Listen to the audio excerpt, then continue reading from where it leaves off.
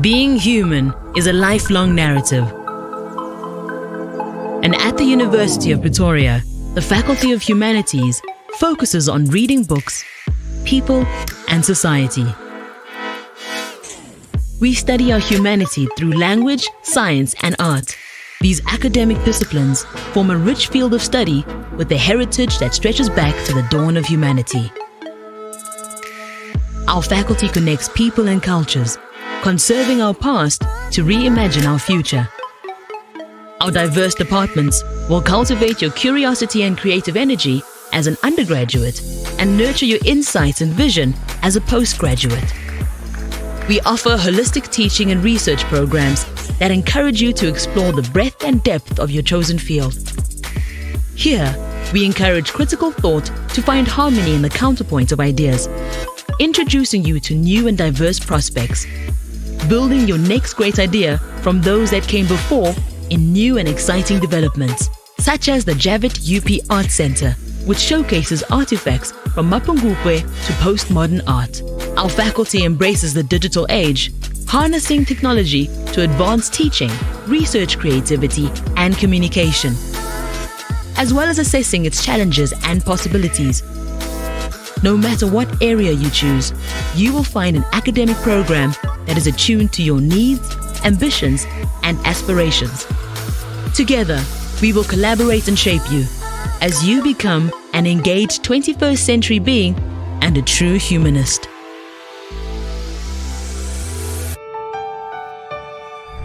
Good morning from the Faculty of Humanities at the University of Pretoria. I am Prof Pikirayi, the Acting Dean of the Faculty. It gives me great pleasure to welcome you to our faculty's postgraduate Choose UP virtual event. The Faculty of Humanities is strongly focused not only on how we innovate and impact the UP way, but also on how we live the UP way. It is both an honor and a privilege to address you and share with you the remarkable achievements and aspirations of our esteemed faculty. The Faculty of Humanities is highly esteemed among the academic institutions, with a student enrollment exceeding 6,000, a significant portion of whom are dedicated postgraduate students. Our faculty is not just vast in numbers, but also rich in expertise, boasting over 200 academic staff members, of which an impressive 74% hold doctorates. This is testament to our commitment to excellence in education and research. We take immense pride in the fact that our faculty is highly respected, not only within the borders of South Africa, but far beyond, resonating across the African continent and echoing throughout the global academic landscape. We have cultivated a culture of intellectual rigor and exploration that places us among the world's best universities, as acknowledged by international rankings, bodies such as the Times Higher Education, the World University Rankings, the Top QS University Rankings in both 2021 and 2022. Our faculty comprises 4 distinct clusters, each representing a unique domain of human knowledge and creativity. The School of the Arts encompasses disciplines such as drama, fine arts, information design, and art therapies, while the evolving School of Languages delves into the realms of English, ancient languages and cultures, African languages, which include Afrikaans. In the core social sciences cluster, we delve into historical and heritage studies, political sciences, philosophy, anthropology, archaeology, development studies, and sociology. Meanwhile, the applied sciences clusters include psychology, social work, criminology, speech-language pathology, and audiology. But it doesn't stop there. Our faculty is more than just a collection of departments. It is a hub of intellectual activity, hosting several centers dedicated to research and international engagement. These centers include the African Center for the Study of the United States, the Center for Asian Studies in Africa, the Center for Augmentative and Alternative Communication, the Center for Language Learning, the Center for the Study of AIDS and Gender, the Center for the Prevention of Deafness and Hearing Loss, and the Mariv Center for Tertiary Studies. These centers are the vessels of innovation and discovery, where ideas are forged into solutions to some of the world's most pressing challenges. In 2023, our faculty was awarded the Cluster of Research Excellence by the African Research Universities Alliance, ARUA, and the Guild of European Research Intensive Universities. This recognition has opened doors for exciting collaborations, partnering with the University of Oslo in health, gender, and sexualities. Our extensive network of partnerships spans the global, encompassing the United States, mainland Europe, and the UK, the Indian Ocean Zone, the Far East, South America, and collaborations with organizations like the World Literacy Foundation and the World Health Organization. We are proud members of the Australia-Africa Universities Network, further strengthening our global reach. Our academic excellence is reflected in our rankings, with arts and humanities subjects consistently ranking among the top 400 universities worldwide. Our Department of Sociology stands strong among the top 300 globally. Our archaeology program is esteemed in the top 200, and our development studies program is celebrated in the top 100. We are also pioneers, hosting Africa's first and only master's program in tangible and heritage conservation, and the continent's sole specialist neurootologic test center equipped with cutting-edge technology. In conclusion, the Faculty of Humanities is not merely a center of learning, it is a beacon of hope and progress. We are steadfastly committed to addressing the most critical global challenges, from socio, political, and economic inequalities to gender imbalances, development obstacles, and transformative power of the arts in a constantly evolving world. This is the UP way, and it is a journey we invite you all to join us on. Thank you.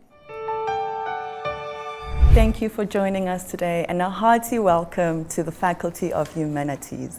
I am Dr. Mpochibase, a senior lecturer at the Philosophy Department, and I am joined by my wonderful colleagues who will share with us the work they do at the University of Pretoria and further enlighten us on their research foci and unique experiences in academia.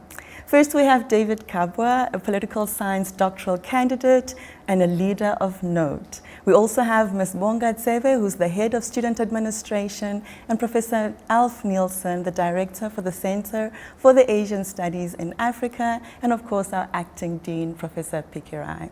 As Professor Pikirayi alluded to the clusters within the faculty and the culmination of various centers, the Faculty of Humanities prides itself in the interdisciplinary work and geocultural strides. Such work is evident through the Center for the Asian Studies in Africa with Prof Nielsen. May I ask you then to share with us a bit more about the work you do at the center? Thank you, Dr. Shivas, and greetings to the audience. The Center for Asian Studies in Africa at the University of Pretoria is a major new initiative for knowledge production about Asia and Afro-Asian connections in South Africa and on the African continent more generally. We launched in late 2022. And this was an initiative that the University of Pretoria initiated as an African global university in order to serve as a hub for new and critical research that will produce knowledge from the South for a changing world. And I'm sure everyone in the audience, much as myself and everyone who is a part of UP's intellectual community, can sense that the world we live in is undergoing deep and very consequential transformations. On the one hand, the global hierarchies of economic and political power are being challenged and unsettled by the rise of emerging powers from the global South, a process which is very importantly being led by Asia. On the other hand, we confront equally consequential global development challenges. For example, the perversely unequal distribution of wealth and income, or the very real impacts of the ongoing climate crisis. which means that we need knowledge to better understand and respond to this changing world. And that is what CASA is here to contribute to through research initiatives and academic exchanges between UP and institutions of higher learning and research in Asia, and with scholars of Asia from across the world. Also, of course, through collaborations that extend beyond the boundaries of academia and contribute to informed exchanges about Asian dynamics and Afro-Asian connections in South Africa's public sphere.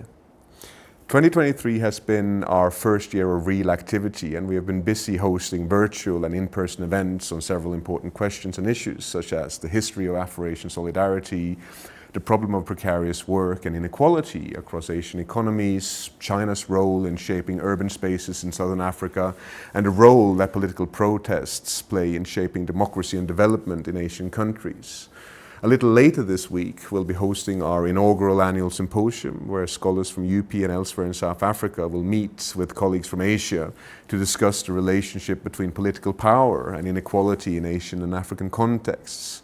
Before the year is over, we will also have held events focusing on rising authoritarianism in Asia and Africa, and on gig work and precarious livelihoods across our two continents with colleagues at the New School in New York and the University of Indonesia in Jakarta. We're building collaborations with Japanese and Korean academics and with colleagues across several Southeast Asian universities and at Indian universities as well. And as we move into 2024, CASA will host events that ask what it means to imagine democratic futures in African nation context and what it means to achieve sustainability with environmental justice across the two continents. I like to think of this as our contribution to creating an engaging intellectual culture, both on and beyond campus, in which we think critically about the transformations and challenges that shape our specific moment in time and engage each other in debates about how to best respond to these transformations and challenges. And I hope this will serve as a positive and stimulating contribution to our postgraduate students, offering them a chance to engage, to learn and participate in an active intellectual community.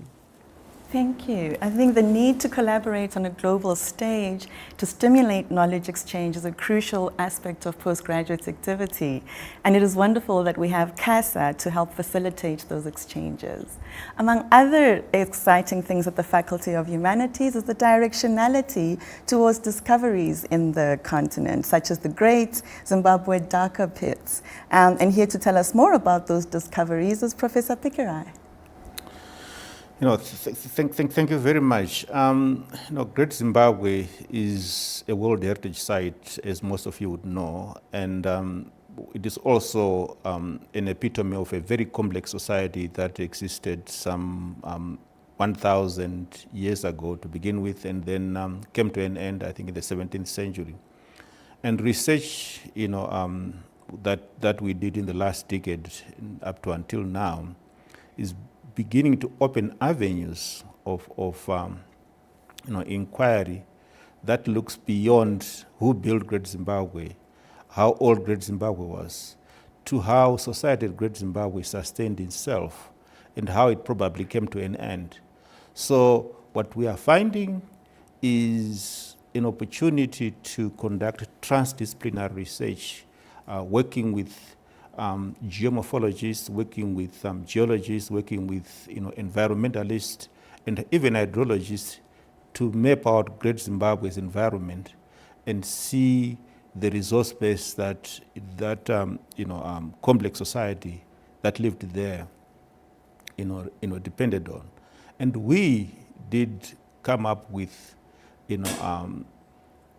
research that shows that we have what we call ancient Dhaka pits. In other words, these areas that were scoured for clay to build houses, which were then translated into reservoirs as people continuously dug them. And these reservoirs were the ones that sourced water and conserved water for the ancient residents of Great Zimbabwe. Without transdisciplinary approaches going beyond the humanities, we would not have come up with such a discovery. that shows that Great Zimbabwe survived this long, including some of the most challenging periods in terms of global climate changes, because of how it managed its water resources. Thank you. Thank you, Prof. I think as Prof. Nielsen said, and between the two of you, it is very clear that there's an important place for interdisciplinary and transdisciplinary research, which helps knowledge to be expanded outside of the vacuums of the different, disciplines and research foci. Right now, I'd like to introduce Professor Kirsten Townsend, who's going to talk to us about the Center for Augmentative and Alternative Communication Activities. Thank you for the introduction, Paul. At the Center for Augmentative and Alternative Communication, or AAC for short, we offer 4 postgraduate programs in the field of severe disability with specific focus on early childhood intervention and also on AAC, that is, forms of communication other than speech to benefit persons with severe communication disabilities. The center, currently led by Professor Shakila Dada, was founded more than 30 years ago and has established itself as a leader in the field of AAC and early childhood intervention in South Africa, enjoying international recognition. With our 4 well-established hybrid postgraduate programs, an honors, 2 masters and a PhD program, we aim to empower professionals working in these fields with the knowledge and skills needed to find innovative solutions to the complex challenges facing individuals with disabilities and their families in the South African context and beyond. Our students are busy professionals who work full-time.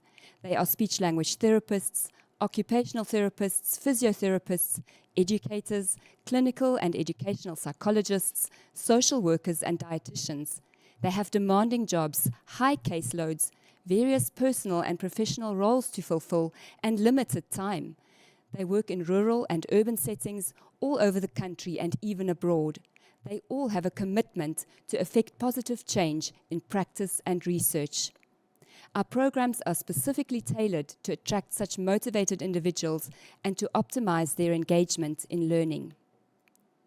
The first hallmark of our programs is flexibility. Content is made available through multiple modalities, including text, audio, and video. The high proportion of off-campus online activities means that students can schedule engagement with their studies at times and locations suitable to them. At the same time, we foster a sense of connectedness and belonging to counter the isolation that postgraduate students often experience. Intensive face-to-face contact weeks, scheduled twice a year, as well as online meetings and discussion groups, give the opportunity for social connection, establishing a community of learning and inquiry. Once a level of trust has been established amongst the students, students can engage in academic debate, critical reflection, and can challenge each other to think innovatively and to transform research and practice. With long-standing traditions of Western-centric medical paradigms governing research and service delivery in the field, decolonized, person-centered, and contextually relevant and authentic ways of working are urgently required. As students come from different backgrounds and disciplines, such exchanges are particularly enriching and encourage a transdisciplinary mindset. Another hallmark of our programs is student support. Support departments like the Library and Unit for Academic Literacy are actively involved in supporting our students with literature searches, referencing skills, and academic writing skills. Our programs further benefit from the Centre's strong ties to local and international experts, both in practice and in academics, who act as guest lecturers, critical readers, examiners, and co-supervisors. With a strong focus on local relevance in both teaching and research, students experience their studies as meaningful and contextually grounded. At the same time, our programs and the work of our students enjoys a high standing internationally, attested by publications in accredited journals and conference presentations. Studying at the Center for AAC is not only aimed at enhancing academic skills, but also communication, leadership, and professional skills in order for graduates to become creative problem solvers, thought leaders, and change agents, whether in academia or practice. A number of our graduates have made their mark as academics in their own right at national and international universities and higher education institutions. Others have advanced to leadership positions in health and education. They have innovated practice, starting NGOs, schools, and other services for children and adults with disabilities. Postgraduate studies are not easy and require significant investment in time, effort, and money. As lecturers, professors, and supervisors, we are committed to make this investment worthwhile by offering qualifications that matter, empowering our students to make a positive difference in the lives of persons with disabilities and their families. Thank you. Thank you, Professor Tonzing. Apart from hosting a first-class research centers, the University of Pretoria does actually empower students to make a positive difference in society. And one such student is David Kabwa.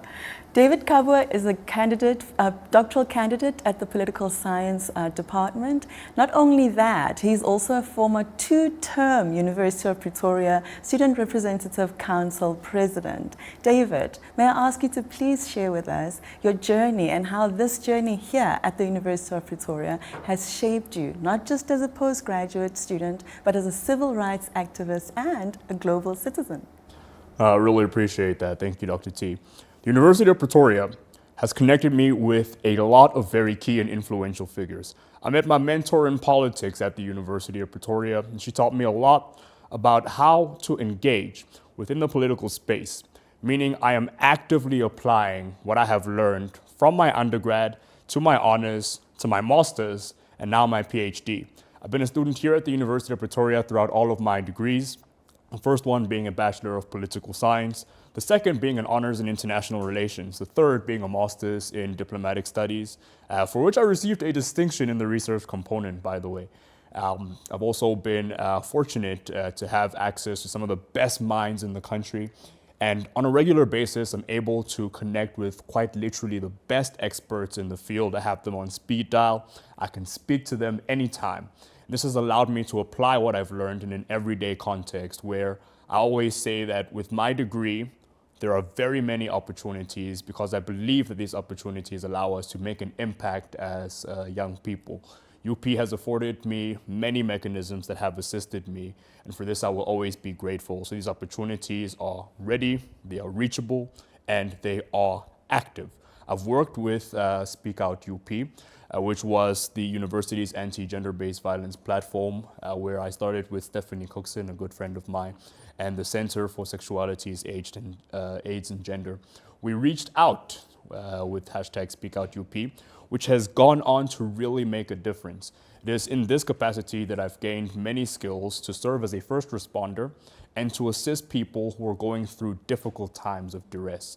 My work with GBV has opened up platforms for me to work on what was called the Boy Child Initiative, another anti-gender-based violence platform, where I was recognized by the Hope Givers Foundation as well as Brand South Africa for work done to combat GBV in the category of academia, advocacy, and leadership.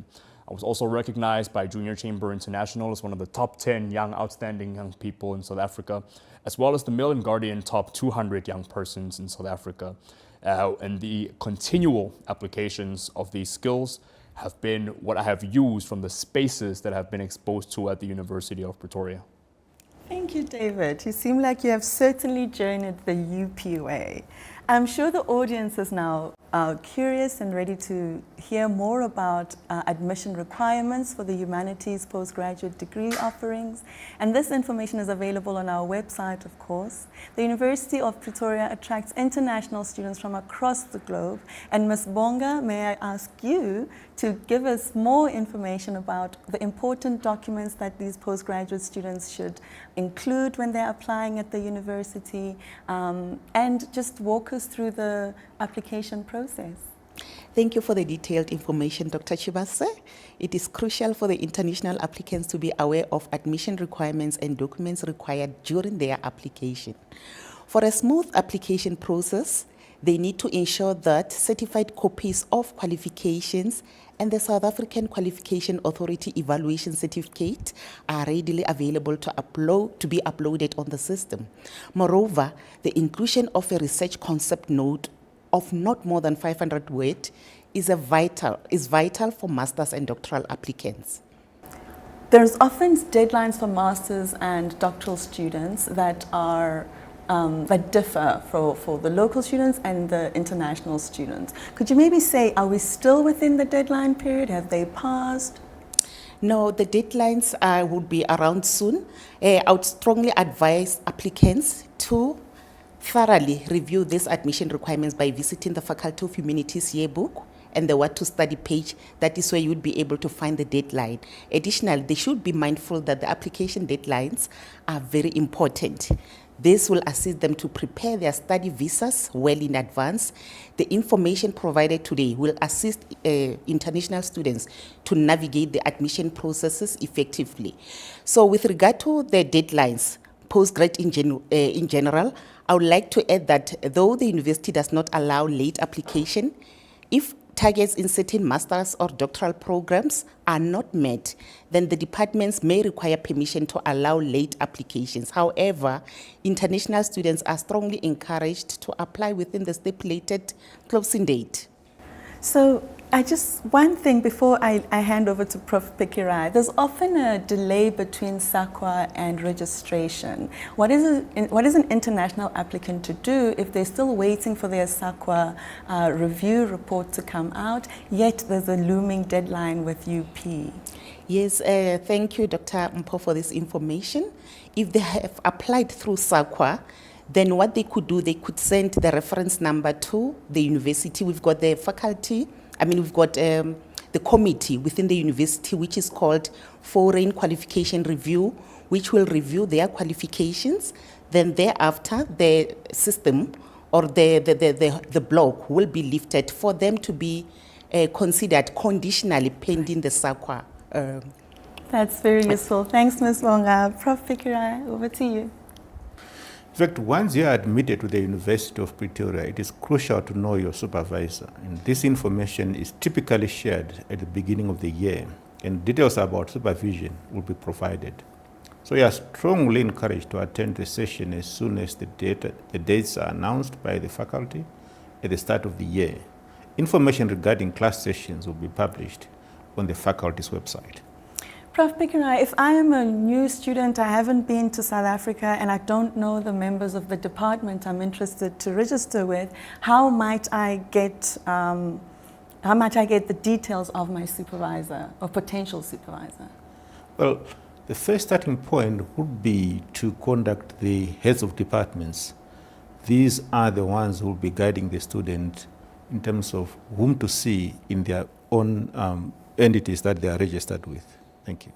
Would it be reasonable for one to ask for a meeting with a potential supervisor before? Of course, it is. It is, definitely. All right, thank you very much, Prof. So with the 72 NRF-rated researchers holding doctorates, it's evident that the Faculty of Humanities places significant emphasis on academic supervision. Ms. Monga, what would it cost to study towards a postgraduate degree at the Faculty of Humanities, and what funding mechanisms are available to support the studies? Okay, thank you, Dr. Mpo. The new fee structure for next year can only be available towards mid-December. However, students can use the current year fees to estimate the fees for next year, and that too is available on the university website. With regard to funding, I advise applicants to contact the Student Services Center to get more information, or they can visit the university website to find out more about funding opportunities. I would also like to touch base a little bit on the period of study. A common concern among postgraduate applicants or students, especially those in the job market, is with regard to the minimum study period for a master's or doctoral degree. For a master's degree, the minimum study period is 1 year and 2 years for doctoral degree. Thank you so much, Ms. Bonga, for that pertinent information. As we draw this session to a close, our heartfelt desire is that you know that you have the information that you need to confidently choose UP.